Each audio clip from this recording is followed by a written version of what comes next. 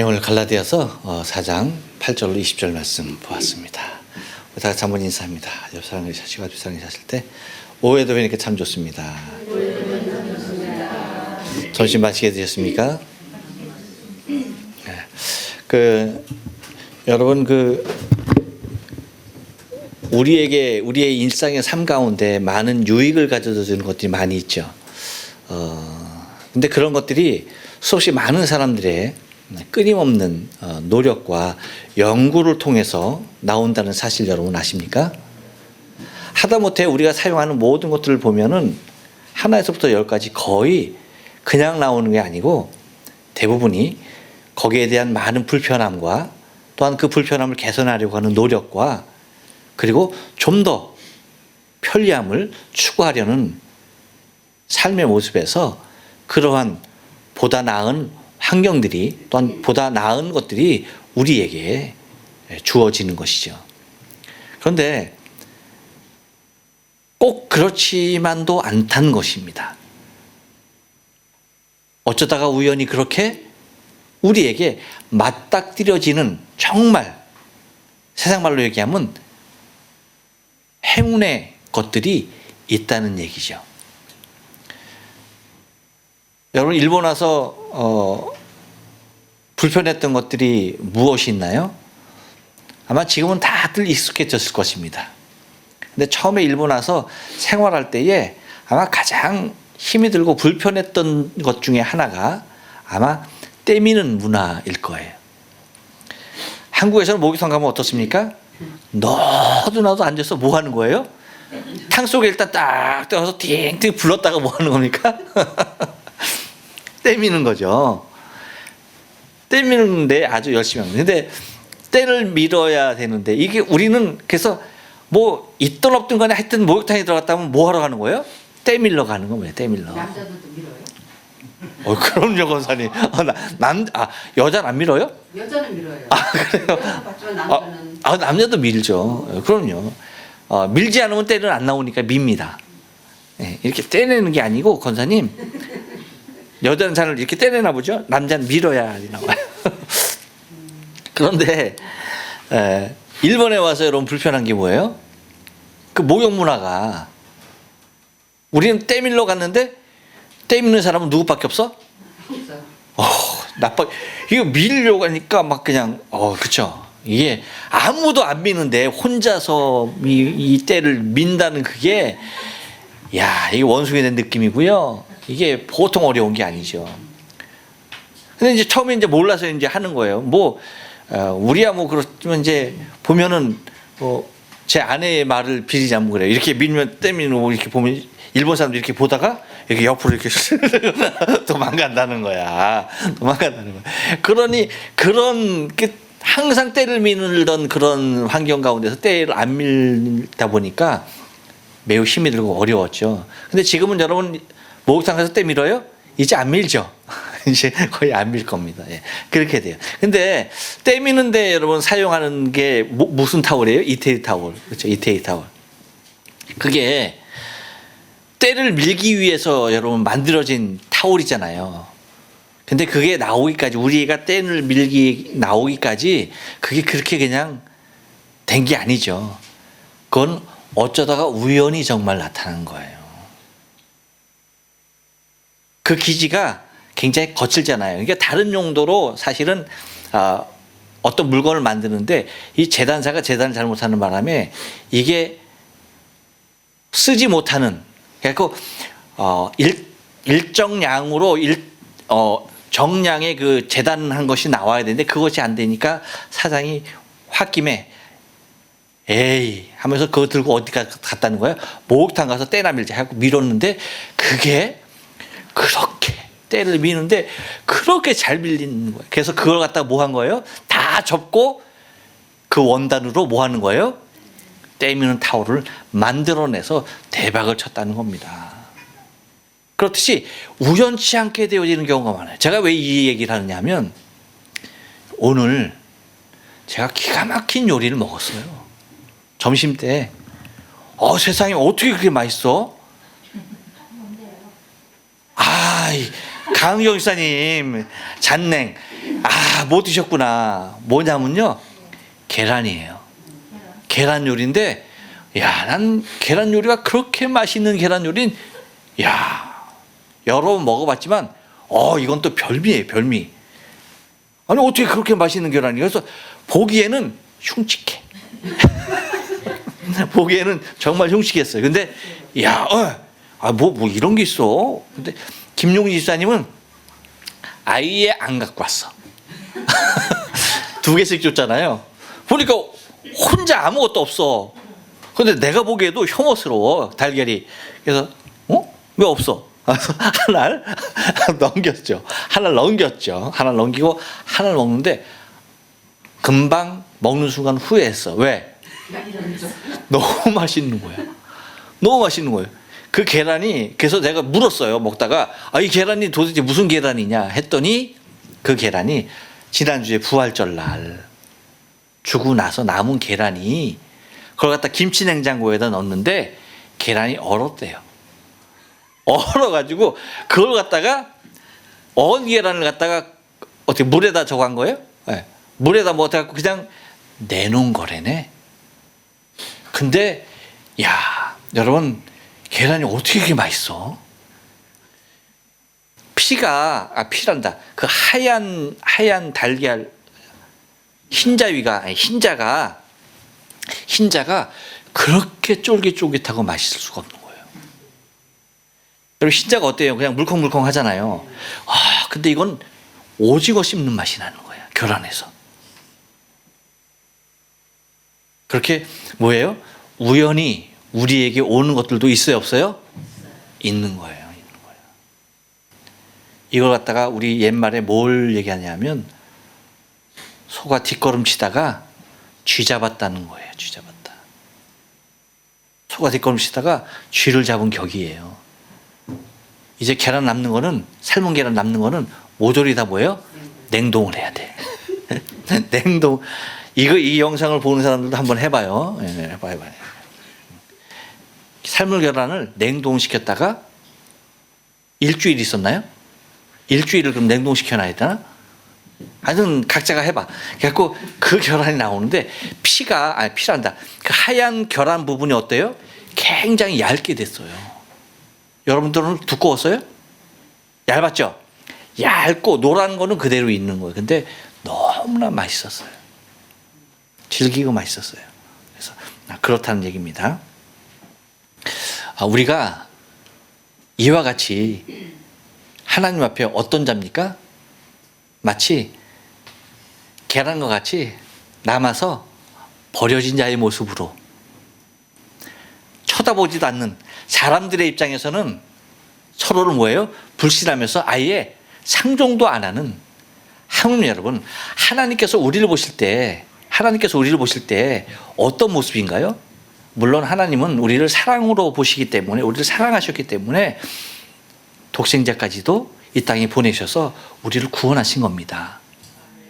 그런데 하나님의 마음이, 그 독생자를 보냈을 때의 하나님의 마음이 여러분 어땠을까요? 편하셨나요? 아니죠. 너무나 힘이 들고 어려운 것던 거죠. 예수님께서 당신이 져야 할 십자가가 어려웠듯이, 그래서 하나님께 간구해야 했듯이 인생을 구원하시기까지 하나님이 우리를 위하여서 독생자를 보내시기까지는요, 이거는 보통이 아닌 거예요. 이유가 뭔지 아십니까? 이유가 뭐겠어요? 하나님께서 말씀하셨죠. 의인을 위하여 죽는 사람이 혹 있을 수 있어요. 그렇죠? 하지만 죄인을 위하여 죽을 사람이 있습니까? 없습니까? 없어요. 죄인을 위하여 죽을 사람은 없습니다. 내 생명을 구원한 사람이 있다라고 한다면 내가 그 사람을 위해서는 혹시 내가 생명을 내놓을 수도 있어. 나를 위한 사람에게는. 그렇죠? 하지만 여러분, 나를 철저히 배신하고 나를 철저히 외면했던 사람을, 내가 정말 힘이 들고 어려웠을 때 정말 외면했던 그 사람을 여러분, 그 사람을 위해서 내가 무엇인가 희생할 수 있어요? 배신당한 사람 그 느낌, 그 감정으로 어떻게 그를 품을 수가 있겠습니까? 어려운 거죠. 힘든 겁니다. 그런데 주님은 뭐라고까지 말씀하시냐면 원수까지도 사랑하라라고 말씀하시는 거예요. 이게 하나님의 사랑이에요. 이게 하나님의 사랑이에요. 우리와 그와 같은 존재이거든요. 하나님의 사랑으로 하나님께서 우리에게 아낌없이 모든 것을 주셨어요. 모든 것을 누릴 수 있게 해주셨어. 그래서 주신 것이 뭐예요? 에덴이었거든요. 모든 것을 누릴 수 있는 그 영광을 주셨어요. 하나님의 그 사랑으로. 그런데 거기에다 대고 뭐 하는 겁니까? 배신 때린 것이 누구예요? 우리 인간이고 그 죄의 값을 우리는 마땅히 죽어야 할 우리 인생이에요. 그런데 그 인생을 위하여서 그 인생을 구원하기 위해서 당신의 아들을 보내신다? 여러분, 이것은 사람의 사랑으로는요 절대 되지 않는 겁니다. 어떤 도덕군자가 있다 할지라도 이 지경까지는요 사람의 어떠한 사랑으로도 불가능한 거예요. 그런데 누구의 사랑이 여기에 가능했습니까? 하나님의 사랑인데 그 하나님의 사랑이 그렇기 때문에 독생자를 보내시는 그 아픔이 보통의 아픔이 아니셨던 거죠. 죄값으로 마땅히 죽어야 할 자를 위하여서 죄 없는 내 아들을 보낸다라고 하는 것은 이것은 사람의 이성으로는 생각으로는 납득이 안 가고요. 그래서 사람들이 흔히 하는 말이 거짓이라고 말하는 이유가 여기에 있는 거예요. 왜? 우리 이성으로는요 절대 불가능한 지역이에요. 이해할 수 없는 영역이에요. 그 어떤 것으로도 내가 받아들일 수 없는 영역이라는 것이죠. 그런데 하나님은 그와 같은 모습으로 한다는 겁니다. 이것이 우리의 모습이었는데, 그래서 그러나 너희가 그때에는 하나님을 알지 못하여 본질상 하나님이 아닌 자들에게 종노릇하였다라고 얘기하는 거죠. 그러니까 우리가 하나님의 사랑을 입을 수 있는 존재가 아니었다는 겁니다. 하나님이 가장 싫어하는 사단에게 뭐 하는 겁니까? 종노릇하고 있었던 거죠. 하나님과 같이 되려고 하나님을 대적해서 떠난 그 사단에게 뭐 하는 겁니까? 그 밑에 들어가서 그 수하에서 그 죄의 종노릇하고 있었던 사람들이 우리라는 거예요. 그런데 하나님이 그러한 아픔까지 견뎌내시면서 우리를 사랑하셔서 우리를 향하신 당신의 사랑을 예수 그리스도로 말미암아서 확증시켜 주신 그 구속의 은혜를 우리에게 주신 바 되었다는 거예요. 아멘. 그러니까 사람들로서는 이해하지 못할 부분에 사랑을 입은 자가 우리 믿는 자녀란 얘기입니다. 세상 사람들로서는 이해할 수 없는 신비로운 사랑을 체험한 사람들이 누구라는 거예요? 우리라는 거예요. 우리. 왜 이것이 비교가 안 되냐면 이 사랑을 받지 못한 사람들은요 아직도 어디에 머무르는 겁니까? 이 8절에 머무르는 8절에 이 하나님을 알지 못하여 본질상 하나님이 아닌 자들에게 아직도 뭐예요? 복종하고 있는, 종노릇하고 있는 그 상태는 거예요. 그러니까 그 상황에서 해방되어진 그 하나님의 아픔을 가지고 나를 구속하신 그 사랑을 받은 우리를 자기 스스로와 비교해서 이해할 수 있는 모습인가? 이해할 수 없는 모습이라는 거예요. 그러니까 우리가 그만큼 특별한 사랑을 입은 것이 저와 여러분이라는 겁니다. 그러니까 여러분, 우리가 예수님의 구속의 은혜를 생각할 때 그냥 막연하게 문자적으로 하나님이 나를 구속하셔서 구원하셨어 라고 하는 이 모습이 아니라는 거예요. 이와 같은 실질적인 삶의 모습 가운데 우리는 우리 스스로의 힘과 노력으로, 우리의 이성으로 이해할 수도 없고 우리의 노력으로 다가설 수 없는 부분의 영역을 하나님의 한이 없으신 사랑으로 우리가 그 안에 들어가게 되었다는 겁니다.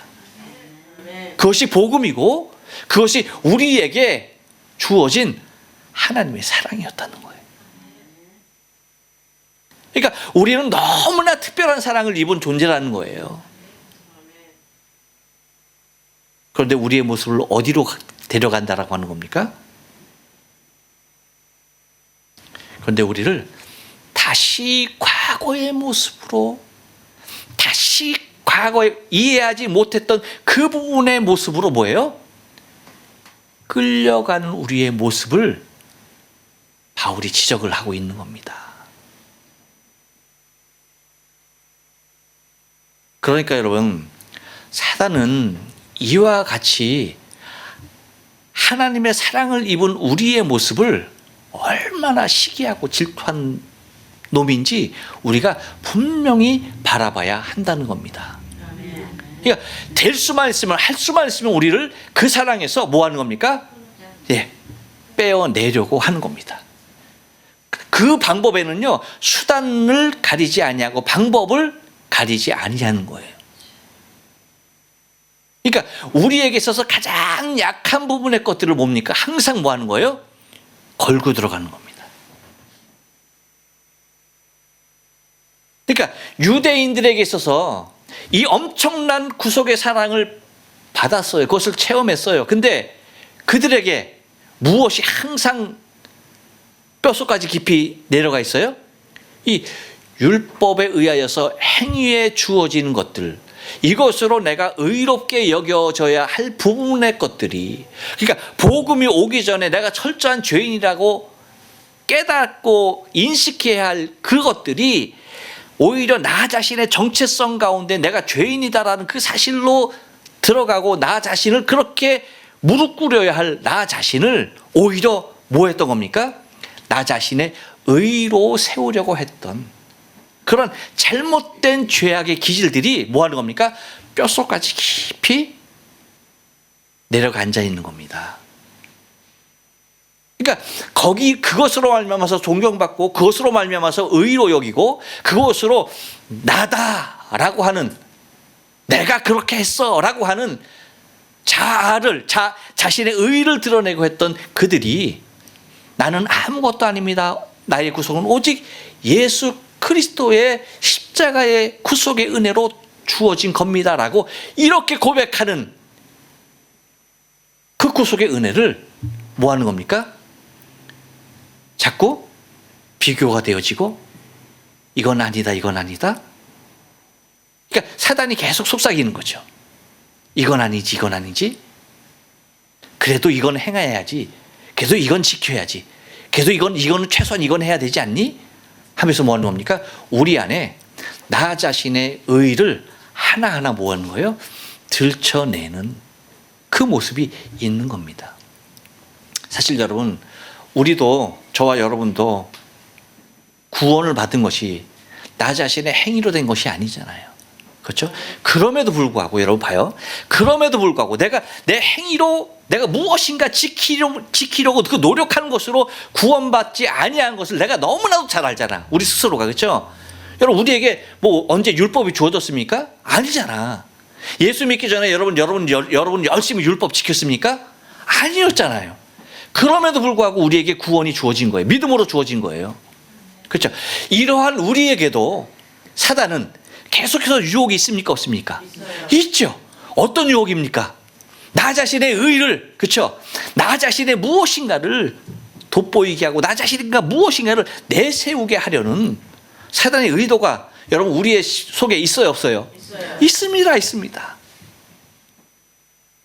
그렇다고 한다면 여러분, 하물며 어려서부터 율법으로 그것을 지키려고 노력하며 살아왔던 그들에게 있어서 또 그렇게 지킴으로 말미암아서 참 자기 자신을 의롭다 여겼던, 스스로 그렇게 의로워져야 했던 그들의 삶 가운데 예수 그리스도의 구속의 은혜를 받았다라고 고백은 했지만 이 모습들이 여러분 이러한 사단의 유혹들이 있을까요, 없을까요? 여러분, 우리가 헤아리지 못할 엄청난, 우리보다 더 큰 유혹이 사단으로부터 매일매일 오는 겁니다. 어떠하면 어떠할수록 율법에 대하여 철저하게 지키고 철저하게 율법 아래 살았으면 살았을수록 그러한 자신의 의의 모습은 더 강하게 일어날 수밖에 없는 상황이라는 사실입니다. 그래서 오죽하면 그렇겠어요? 죄가 큰 곳에 은혜가 잇따라. 그렇죠? 그렇게까지 말씀했겠어요. 그래서 그러면 내가 억지로라도 죄 가운데 있어야 하느냐? 그건 아니란 얘기죠. 그 정도로 그런 비유를 통해서 뭐 하는 겁니까? 사단이 우리에게 유혹하는 모습은 이루 말할 수 없다는 것입니다. 그래서 9절에서 이제는 너희가 하나님을 알 뿐더러 하나님의 아신 바 되었거늘 어찌 다시 약하고 천한 초등 학문으로 돌아가서 다시 저희에게 종로로 타려느냐라고 하는 겁니다. 그러니까 우리 안에 과거의 것들을 통해서 뭐 하는 겁니까? 계속적으로 유혹하는 겁니다. 과거의 것들을 통해서 뭐 하는 겁니까? 계속 우리를 끄집어 내리려고 하는 거예요.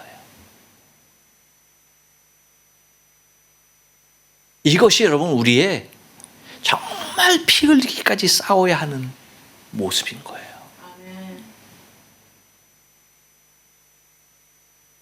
그래서 우리가 우리 안에 항상 기억하고 이 복음 안에서 우리가 항상 계속 고백해야 할 것이 바울과도 같이 나는 날마다 죽노라. 난 날마다 죽노라라고 하는 그 고백이 왜 필요했겠어요? 이 얘기는요, 바울에게도 날마다 뭐예요? 이 유혹과 이 번민이 계속 살아나고 있는 겁니다. 그러니까 날마다 뭐 해야 하는 거예요? 날마다 죽어야 하는 이유가 다른 데 있지 않은 거예요. 이것이 죽어야지 내 안에 무엇이 사는 겁니까? 예수가 사는 거야, 예수가. 이것이 죽지 아니하면 계속해서 내가 사는 거예요. 내 안에 사는 이 이제 예수 그리스도인 거예요. 그러기 위해서는 내가 날마다 죽지 아니하면 내 안에 예수가 살지 못하는 것을 너무나 뼈저리게 느끼고 있는 것이니까. 여러분 바랍니다. 저와 여러분의 신앙의 삶 가운데 이 처절한 몸부림이 있을수록 하나님이 우리를 더욱더 긍휼히 보시고 새 힘을 더하여 주실 줄로 믿어요. 아멘. 그렇게 오려고 노력하는 우리의 모습을 통해서 주님의 더 큰 은혜가 머물 줄로 믿어요. 아멘. 우리는 돌아가서 침륜에 빠진 자가 아닙니다. 할렐루야. 아멘. 내가 이미 그래서 우리의 신앙의 고백도 그거예요. 내가 이미 얻었다 함도 아니다. 온전히 이루었다 함도 아니다. 오직 뭐예요? 그리스도 예수께 잡힌 바 된 그것을 잡으려고 오늘도 뭐 하는 거예요? 쫓아가노라. 그 십자가를 붙잡으려고 예수님의 그 은혜를 붙잡으려고 뭐 하는 겁니까? 오늘도 뭐 하는 거야? 나는 달려가는 거야, 달려가는 거야. 아멘. 다 이루었다라고 고백하는 것이 아니라 나는 오늘도 잡으려고 쫓아가노라 라고 하는 그 고백이 저 여러분의 고백이 되어지고 한 주간도 그 영적인 전쟁에서 오직 주님의 십자가 붙들고 오직 십자가만이 오직 주의 십자가만 내 눈에 두고 그것을 표대로 삼아서 달려갈 수 있는 저와 여러분의 신앙의 삶 되어지길 주님의 거룩하신 이름으로 축원합니다. 아멘. 기도하십니다.